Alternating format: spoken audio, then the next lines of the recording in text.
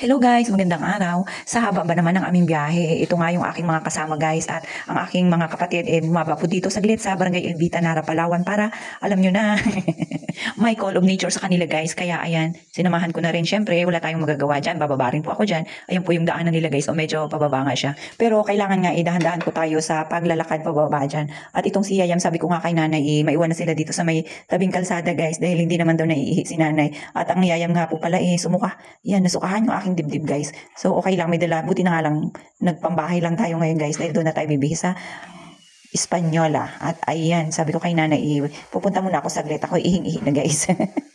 So yan, dyan tayo dadaan para puntahan natin yung bahay ng auntie ko doon saglit. Dahil nandun yung nanay ko. Oh my God. Diyan lang kayo, nay. Papasya lang kami dito saglit. Dati guys, yan yung bahay nila. Oh. Ay, dyan pa rin pala sila nakatira.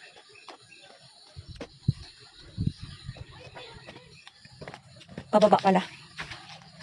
So, napakaaga pa nga para mga kapitbahay. Pero hindi to kapitbahay. Hindi to mga kapitbahay guys. Papasyalan na rin natin yung auntie ko. CR muna tayo. Dahil medyo may isang barangay pa bago natin marating yung ating pupuntahan.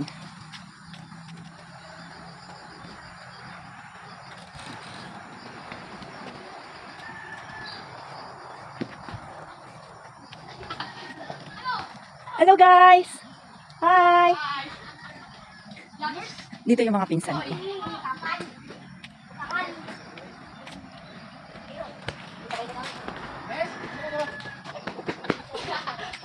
Hello Philippines! Hello world!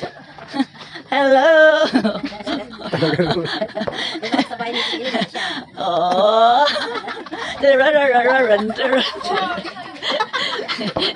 Saan ka, Telin? Ha? Yan guys yung pinsan kong pinaka-gwapo dito sa Antipoloan. Saan pa si Amo na? Saan si Mama? Ha? Punuan? Saan? Saan yung CR dito po? Diyan si Mimodra? Grabe guys. Si Ukugan. Dito ah? Hi guys, yan yung mga artista ko, mga pamangkin, no? Artistahin. At yan si Madra Bells, naki-CR sila. Good morning, nandiyan pala kayo. Uy, nandiyan pala kayo. Good morning. Good morning everyone. Hello everyone. It's nice to see you all. Nandito pala kayo. Matagal na panahon nga po kasi bago kami nakabalik dito guys. Kita nyo naman, siguro yung time na yun maliliit pa kami. So ayan, di na nga rin po kami nagtagal dyan, nakiihi nga lang po kami. Dahil ihi na. At ayan yung aking nanay, nakita niyo yung pinsan niyo dito na nakatira. T-shirt.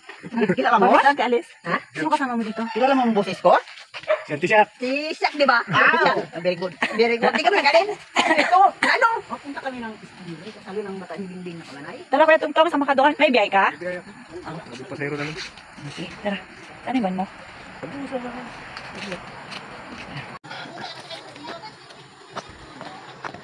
Ganito katarik ang ating aakyatin bago natin marating ang kalsada. So ayan guys, habang nag-aantay nga po kami sa kanila dito sa itaas, ito yung aking mga pamangkin, kita nyo naman oh, sobrang aga pa niyan para mag picture taking, di ba? Aurang-aurahan sila at ayan, dito na kami sa taas. Lumipat na naman kami ng venue. Ang tagal nila guys, mag-akapan doon. Medyo matagal-tagal nga po kasi dati guys, doon yung sa amin nakatira dito sa Siksikan.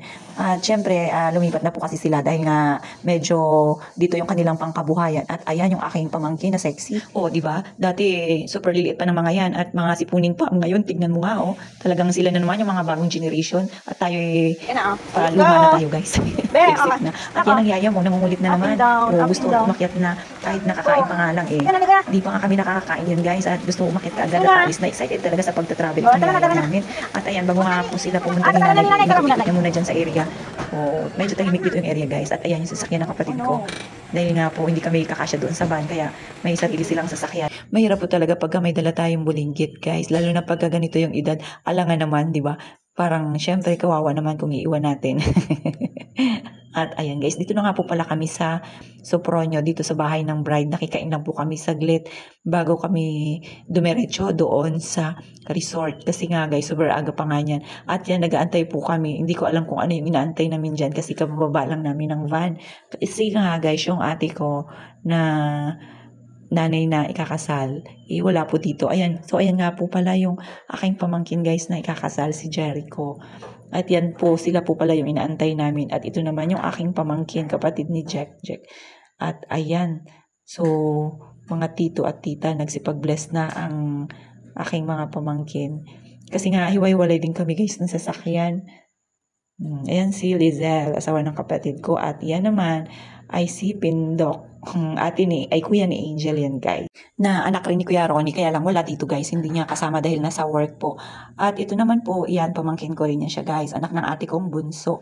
At ayan na nga po, dahil hindi pa kami nakakain, yan po yung bahay nila guys. Diyan kami kakain. So inaantay lang po namin na tawagin kami dahil nga po hindi pa dumadating yung ate ko na nandun pa sa resort. Dahil sila po yung mga tulong doon or mga tumulong or sila yung nag-prepare sa area guys. Pero may mga nagpe-prepare din po doon. Hinatid lang po siguro nila yung mga kailangan. Ayan. At ayan po yung aking pamangkin na Bulinggit. Yan, anak ni Lizelle. Yan. O, diba? Nagkita-kita dito. Kasi guys, doon sa amin, sa Siksikan, hindi po kami isang lugar lahat. Pero, syempre, isang bayan lang sa Puerto Princesa. At ayan na guys, nag-start na silang kumain. Gutom na ang mga biyahero at biyahera. Ang layo talaga guys ng pinanggalingan namin. At itong si Angel guys, nag-iinarte pa. Parang ayaw pa nga kumain. Talagang batang to, hindi kumakain. Kaya ang payat-payat. At tignan nyo nga guys, ang kaldero super laki. O, diba? Saan pa kayo niyan? At isa pa guys, papakilala ko sa inyo ulit. Shoutout kay Bro Vlog. Kay Bro Vlog, brother-in-law ko yan guys. Nagbablog din siya. Kaya support nyo rin. At siya nga po pala yung asawa ni Chok. Yan, sister-in-law ko.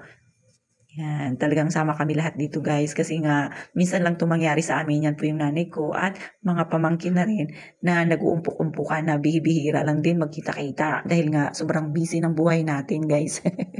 Mga estudyante po kasi at yan po. Si Denden, yung aking sister-in-law. So, ayan sila guys. O, kita nyo, diba? Gutom na gutom. Kasi nga po, 4 o'clock pa po talaga kami umalis guys ng Puerto Princesa para maaga po kaming dumating dito sa Española kasi nga malayo ang biyahe. At yan po si nanay, pinatatawag ko nga lang po para kumain na sila. At yan nga po yung aking mga pamangkin. O, hindi nga po yan nakilala ni Alison ng aking yayam guys, dahil nga po medyo matagal-tagal din sila nakikita dahil nga sa sobrang busy rin sa school. At ayan, kumain na nga rin po ako after nila nanay na kumain kasi nga guys, gutom na rin ako. Akala mo hindi nakakain ng hapunan, pero guys, yan dami kong kain kagabi. So ayan, o diba, busy na yung mga tao. At yan na nga po pala guys, dumating na po dyan yung aking ate at siya'y bagong ligo na rin, nakaligo na rin pala guys. So pinabibilis niya na kami guys at pupunta na raw ng resort para makapag-prepare na doon dahil nga malapit na rin mag-start. So ayan, tapos na kami at sasakay na ulit kami dito sa van para magbiyahe guys. At ayan ang yayam, nagpapalambing pa kay nanay. At yan po sila Chok, yung mga kapatid ko. Ayan, so busy na ang lahat. Magpiprepare na po ulit kami guys pabalik doon sa resort para doon po kasi pagdadausan ng kasal ng aking pamangkin. At ayan ang yayam guys, gustong-gusto na talagang umakyat dito sa van dahil nga excited na rin. Hindi ko alam kung anong pinagkaka-excited na ni yayam guys. Or nag-i-enjoy lang talaga siya kasi nga po bago lang nakalabas ng bahay. At ayan, hindi nga po nakasama sa amin si Big Boss, yung daddy ni Yayam guys, kasi nasa work pa. Siya nga po pala si Alison, pamangkin ko rin yan siya guys, anak ng aking kapatid. At yan po si Agent, hindi ko nga lang po alam kung kumain yan. Ito naman guys, yan si Bro Vlog, talagang mayor na mayor ang datingan, or hindi mo alam kung congressman o ano ba ito, tatakbo ba ito ng election sa sunod na election guys. Support him guys, Bro Vlog niya, yan po yung kanyang account. So ayan na po, si nanay nakadress na rin siya guys kasi nga mahirap na pagka nagbihis-bihis, pero may dala rin yan siyang damit. At itong si Yayam guys, kinukulit pa ng kapatid ko kasi nagre-ready pa rin sila, wala pa po pala yung driver dahil nga kakain pa, so late po kasi siya, nahihiya po yung aming driver. So ayan guys, tingnan nyo sila, yung mga pamangkin ko, mga binata na parang kailan lang, ang bilis lang ng panahon. At itong Yayam guys, kanina hindi na rin nagpasabak sa amin, talagang umupo na rin siya ng kanyang sarili. At tignan nyo nga itong aming dinadaanan guys, talagang ang daming kanyugan. So pwede pala dito magbukuhan guys. Ayan po kami, medyo maluwag pa nga. At ayan ang yayam, Talagang gusto niya makita lahat kaya nagpasabak na rin siya guys. At ito na nga nung pagbabae, yan nagmamadali na po siya para makatakbo. At ayan kitang-kita mo naman talagang masaya si Yayam dahil medyo malawak ang kanyang tatakbuhan. Yun nga lang dapat ingat-ingat, marami palang nyog dito guys. At merong beach, wow. Talaga naman. At nagpahabol na nga si Yayam kay nanay guys. Hindi ko alam kung saan ito makakarating. Enjoy na enjoy, nakapambahay pa rin po yan siya. At siya nga po pala yan po si Ate Net, yung pinsan niya.